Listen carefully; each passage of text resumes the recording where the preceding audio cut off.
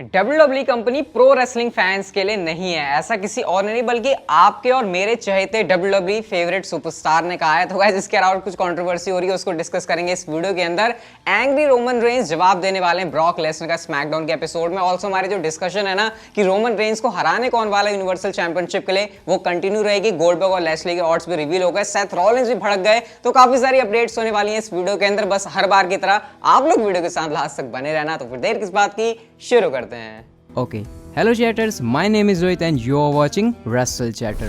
सबसे पहले guys Braun Strowman के बारे में बात कर लेते हैं। तो कल वाली वीडियो अगर आपने देखी होगी तो वहां पर मैंने आपसे कहा था कि कैसे ब्रॉन स्ट्रोमैन को वापस लाने में WWE इंटरेस्टेड नहीं है। और जब इस रिपोर्ट को रिंग साइड न्यूज ने रिपोर्ट किया था तो इस पर जो ब्रॉन स्ट्रोमैन है वो काफी ज्यादा भड़क गए थे। अब रिंग साइड न्यूज जो यहीं पर नहीं रुकती और रिंग साइड न्यूज की तरफ से एक और अपडेट आती है कि जब WWE ड्राफ्ट को प्लान कर रही थी ना कि कौन सा सुपरस्टार कहां आना चाहिए कहां नहीं आना चाहिए, रॉ पर कौन आए स्मैकडाउन पर कौन आए, तो एक बार फिर से जो है रॉ और स्मैकडाउन के राइटर्स से पूछा गया कि क्या तुम लोग ब्रॉन स्ट्रोमैन को दोबारा से वापस कंपनी में देखने के लिए इंटरेस्टेड हो, क्या तुम रॉ या फिर स्मैकडाउन के ऊपर जो राइटर्स हैं वो अपने रोस्टर के ऊपर ब्रॉन स्ट्रोमैन को देखना चाहते हैं। तो गाइस कोई भी राइटर ब्रॉन स्ट्रोमैन को वापस WWE में अपने ब्रांड के ऊपर लाने में इंटरेस्टेड नहीं था। तो उसके बाद जो इवेंचुअली वो डिसीजन लिया गया कि ब्रॉन स्ट्रोमैन को वापस नहीं लाना है और स्टिल जो ब्रॉन स्ट्रोमैन है वो WWE कंपनी के साथ नहीं आ रहे। लेकिन गाइस जो इंटरेस्टिंग बात यहां पर है वो ये कि ब्रॉन स्ट्रोमैन को बाकी रेसलिंग प्रमोशन की तरफ से ऑफर आए हैं, लेकिन गाइस ब्रॉन स्ट्रोमैन को जाना है सिर्फ और सिर्फ WWE कंपनी के अंदर और वो स्टिल कोशिश कर रहे हैं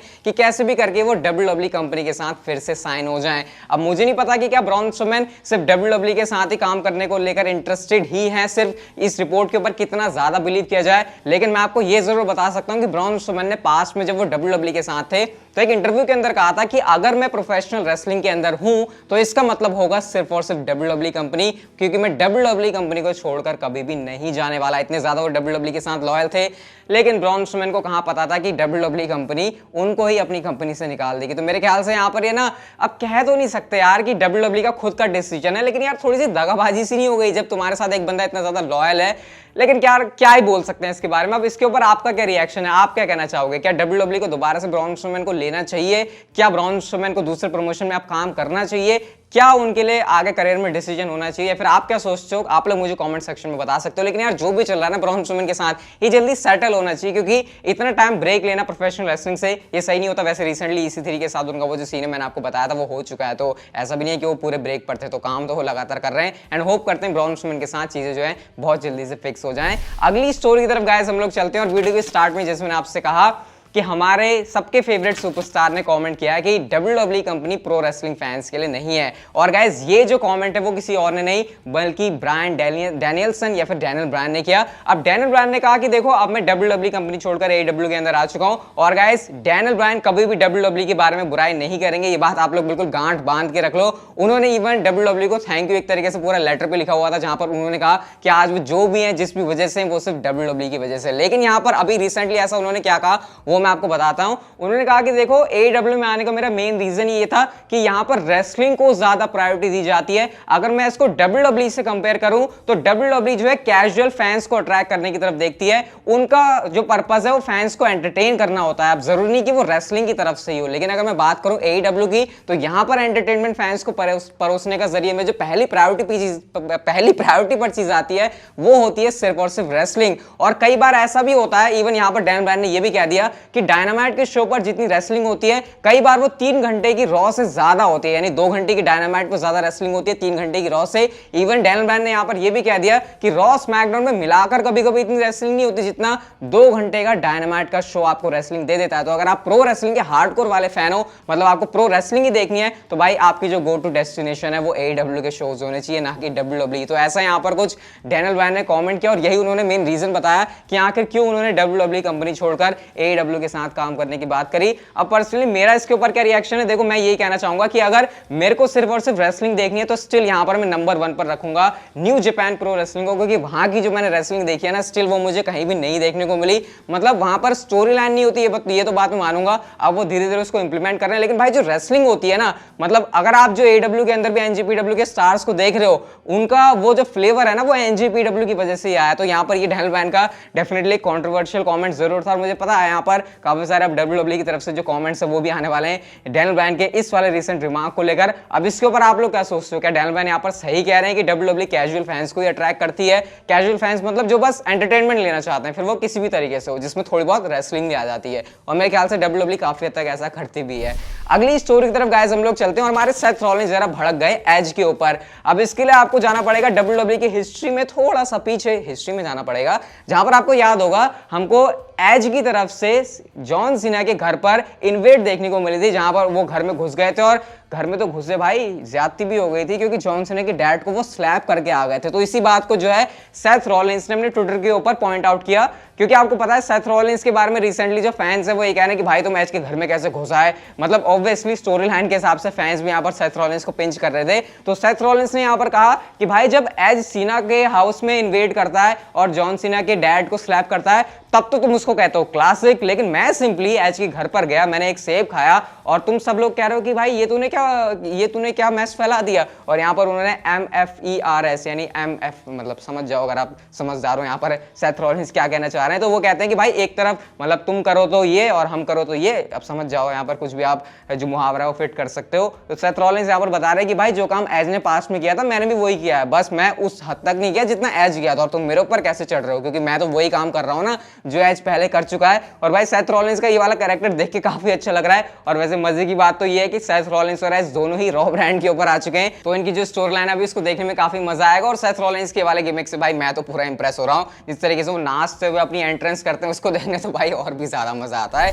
नेक्स्ट स्टोरी की तरफ गाइस हम लोग चलते हैं और बात करते हैं लैस्टली और गोल्डबर्ग के मैच के बारे में। क्राउन जूल के अंदर ये भी एक तगड़ा मैच होने वाला है, नो होल्ड्स बार्ड, तगड़ी स्टिपुलेशन के साथ। गोल्डबर्ग तो कह रहे हैं कि भाई मैं लैस्टली को किल कर दूंगा, लेकिन गाइस इस मैच की जो ऑड्स हैं वो भी यही बताते हैं कि सच में जो गोल्डबर्ग हैं वो लैस्टली को किल ही करने वाले हैं, क्योंकि बैटिंग ऑड्स के हिसाब से गाइस गोल्डबर्ग इस समय इस मैच को जीतने के लिए फेवरेट हैं कि वो लैस्टली को यहां पर हराने वाले हैं। समर स्लैम के अंदर तो लैस्टली जीत गए, लेकिन फिलहाल के लिए जो क्राउन जूल है वहां पर हमारे गोल्डबर्ग फेवरेट हैं। यहां पर 1/6 के जो ऑड्स हैं वो गोल्डबर्ग के लिए हैं और लैस्टली के लिए हैं 7/2 के। तो जो अंतर है वो भी आप कह सकते हो कि काफी ज्यादा है, मतलब इस समय क्लियर फेवरेट है गोल्डबर्ग। अभी देखते हैं क्राउन जूल आने तक सिचुएशन कैसी चलती है, लेकिन हाँ वही बात आ जाती है कि क्या गोल्डबर्ग क्राउन जूल में लैस्टली को ओवर करने के लिए आ रहे हैं या फिर बहुत सारे फैंस के हिसाब से बैरी करने के लिए आ रहे हैं लैस्टली को। तो देखते हैं क्या WWE इस मैच में बुकिंग डिसीजन लेती है, क्योंकि अगर लैस्टली हार गए तो डेफिनेटली काफी सारे फैंस गोल्डबर्ग के ऊपर एक बार फिर से जरूर भड़कने वाले हैं। अगली स्टोरी की तरफ गाइस हम लोग चलते हैं और बात करते हैं बुकर टी के रिसेंट कमेंट के बारे में जो कि उन्होंने किया रोमन रेंस के बारे में। अब गाइस कल वाली वीडियो के अंदर भी हम लोगों ने डिस्कस किया था कि कैसे रोमन रेंस का रेन इतना खतरनाक हो चुका है कि जो भी बंदा अब रोमन रेंस को हराएगा चैंपियनशिप के लिए वो एक बहुत ही मेजर चीज होने वाली है WWE के अंदर, क्योंकि ये मतलब आप इसे थोड़ा बहुत कंपेयर कर सकते हो। मैं कह नहीं रहा हूं कंपेयर करो, सिर्फ बता रहा हूं कि एक मूवमेंट बनाने के हिसाब से, जैसे अंडरटेकर की स्ट्रीक चल रही थी, अब जब वो स्ट्रीक टूटी तो हमेशा हम याद रखते हैं ना कि वो ब्रॉक लेसनर ने तोड़ी थी। तो रोमन रेंस का भी जो रेन है भाई अंडरटेकर की स्ट्रीक के सामने तो वो बिल्कुल इतना छोटा सा है, लेकिन फिर भी जितने टाइम में अपने इन दिनों में रोमन रेंस अपने रेन को बना चुके हैं, हम कह सकते हैं कि जो भी बंदा रोमन रेंस को हराएगा उसको हम लोग याद जरूर रखेंगे कि ये वो बंदा है जिसने रोमन रेंस को हराया था। तो अभी वो बंदा कौन है उसको लेकर किसी को भी नहीं पता, क्या वो ब्रॉक लेसनर हो सकते हैं, इसके ऊपर कोई कुछ कमेंट नहीं करना चाहता क्योंकि काफी अनप्रेडिक्टेबल मैच है। लेकिन गाइस बुकर टी ने यहां पर इस चीज को लेकर कमेंट किया और उन्होंने कहा कि देखो, उन्होंने भी सिमिलरली यहां पर अंडरटेकर वाला ही रेफरेंस दिया कि कैसे जैसे अंडरटेकर की स्ट्रीक तोड़ने वाला एक मूवमेंट था तो वैसे ही मूवमेंट रोमन रेंस के साथ बनाया जा सकता है। अब WWE दो चीजें कर सकती है रोमन रेंस के साथ, ऐसा यहां पर कहना था बुकर टी का, या तो सिंपली ब्रॉक लेसनर क्या वो बंदा हो सकता है जो कि रोमन रेंस को हराए, ऑफ कोर्स ऐसा यहां पर कहना था बुकर टी का। लेकिन गाइस एक बहुत ही इंटरेस्टिंग नाम बुकर टी ने लिया जो कि मेरे दिमाग में भी नहीं आया और शायद आना चाहिए था। NXT UK के बेताज बादशाह कहना चाहिए मुझे, वॉल्टर। अगर आप वॉल्टर को नहीं जानते तो भाई आपको बहुत अच्छी तरीके से जानना चाहिए। NXT UK के अंदर 870 दिनों का, कितने दिनों का, 870 दिनों का उनका टाइटल रेन था और 1988 से ये WWE की हिस्ट्री में अब तक का सबसे बड़ा टाइटल रेन है। यानी रोमन रेंस के रेन को हम 400 दिनों का ही बड़ा देख रहे हैं, तो सोचो NXT UK के चैंपियन जो कि फॉर्मर चैंपियन हो चुके हैं अब, वॉल्टर का 870 दिनों का रेन था। तो यहां पर बुकर टी ने वॉल्टर को पिक किया है कि शायद वो एक परफेक्ट बंदा होगा रोमन रेंस को डिथ्रोन करने के लिए और उनसे यूनिवर्सल चैंपियनशिप जीतने के लिए। वैसे मेन रोस्टर के ऊपर भी आप लोगों ने याद होगा शायद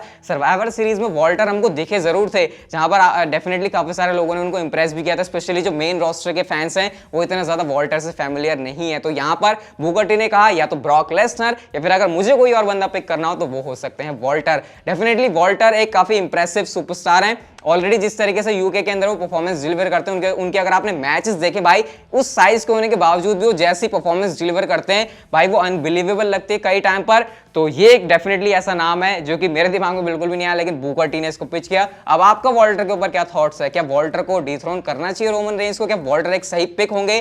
क्या वॉल्टर को सच में इससे बूस्ट मिलेगा अपने करियर में? ये आप लोग मुझे कमेंट सेक्शन के अंदर जरूर से बता सकते हो। और गाइस हम लोग चलते हैं हमारे नेक्स्ट फाइनल स्टोरी की तरफ, बात करते हैं कल होने वाली स्मैकडाउन के एपिसोड के बारे में, जहां पर डब्ल्यूडब्ल्यूई ने कुछ चीजें एडवर्टाइज कर दी हैं। सबसे पहले तो गाइस आपको कॉन्ट्रैक्ट साइनिंग देखने को मिलेगी the man, the boss and the EST of WWE, यानी तीनों सुपरस्टार्स के बीच में, क्योंकि क्राउन ज्वेल में Becky Lynch, Bianca Blair versus Sasha banks का मैच होने वाला है, तो इनकी कॉन्ट्रैक्ट साइनिंग होगी। इसके अलावा गाइस जो क्वींस क्राउन का मैच होने वाला है, इसका टूर्नामेंट भी आपको शुरू होता हुआ दिखा दिया जाएगा, जहां पर पहला मैच आपको देखने को मिलेगा कार्मेला वर्सेस लिव मॉर्गन के बीच में, और जो किंग ऑफ द रिंग का टूर्नामेंट है उसकी शुरुआत भी हो जाएगी। आपको जो पहला मैच है वो देखने को मिलेगा Sami Zayn versus Rey Mysterio के बीच में। तो डेफिनेटली काफी सारी चीजें एडवर्टाइज हैं, लेकिन कल के शो में ये भी देखना इंटरेस्टिंग है कि रोमन रेंस किस तरीके से रिस्पॉन्ड करते हैं ब्रॉक लेसनर के हमले का, जो कि लास्ट वीक ब्रॉक लेसनर ने उनके ऊपर किया था। Out of nowhere Brock Lesnar SmackDown के एपिसोड में अपीयर हो गए थे। कल के लिए डब्ल्यूडब्ल्यूई ने एडवर्टाइज तो नहीं किया, लेकिन डेफिनेटली अब हम लोग एक्सपेक्ट कर सकते हैं कि क्राउन ज्वेल तक जितने स्मैकडाउन के एपिसोड होने वाले हैं वहां पर शायद ब्रॉक लेसनर अपीयर होंगे। तो देखते हैं एंग्री रोमन रेंस, क्योंकि अब वो गुस्से में होंगे तो वो किस तरीके से ब्रॉक लेसनर के इस अटैक का जवाब देते हैं। और क्योंकि ऊसोस अब स्मैकडाउन के ऊपर ही स्टे करने वाले हैं, तो पॉल हेमन के साथ जो उनकी टेंशन है क्या वो कम होती है, क्योंकि पॉल हेमन ने जुगाड़ करके ऊसोस को स्टे करवा दिया। तो ये जो सारी स्टोरी लाइन है, क्या पता कल ब्रॉक लेसनर शो के ऊपर आए तो रोमन रेंस यहां पर कोई जवाबी हमला करें, रोमन रेंस को अपर हैंड मिले तो इनके बीच कुछ ब्रॉल हो जाए। तो डेफिनेटली कल का स्मैकडाउन का एपिसोड या फिर सारे स्मैकडाउन के एपिसोड क्राउन ज्वेल से पहले अब हम लोग बिल्कुल भी मिस नहीं कर सकते। लेकिन गाइस फिलहाल के लिए वाली जो वीडियो थी यहीं तक की थी। अगर आपको अच्छी लगी तो लाइक कर दो, चैनल को आप लोग कर सकते हो सब्सक्राइब और नोटिफिकेशन बेल को on, and see you guys in my next video.